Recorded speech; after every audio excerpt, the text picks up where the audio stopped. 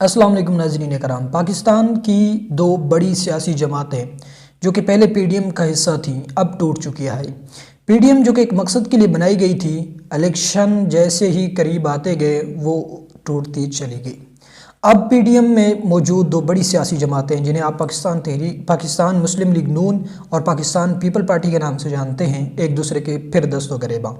پچھلے دنوں جلسے سے خطاب کرتے ہوئے بلاول بھٹو زرداری صاحب کا کہنا تھا کہ وہ پاکستان مسلم لیگ نون کے ساتھ مل کر کبھی بھی دوبارہ اقتدار میں نہیں آنا چاہتے۔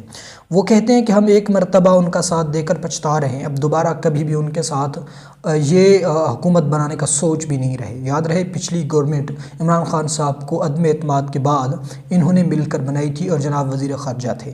اس سے پہلے یہ ایسی باتیں کر چکے ہیں کہ ہم نواز شریف صاحب کو یا شہباز شریف صاحب کو گھسیٹیں گے، یہ کریں گے وہ کریں گے، ایک دوسرے کے خلاف بہت سیاسی بیان بازیاں ہو چکی تھی۔ اب ایک مرتبہ پھر ایک دوسرے کے خلاف سیاسی بیان بازیاں شروع۔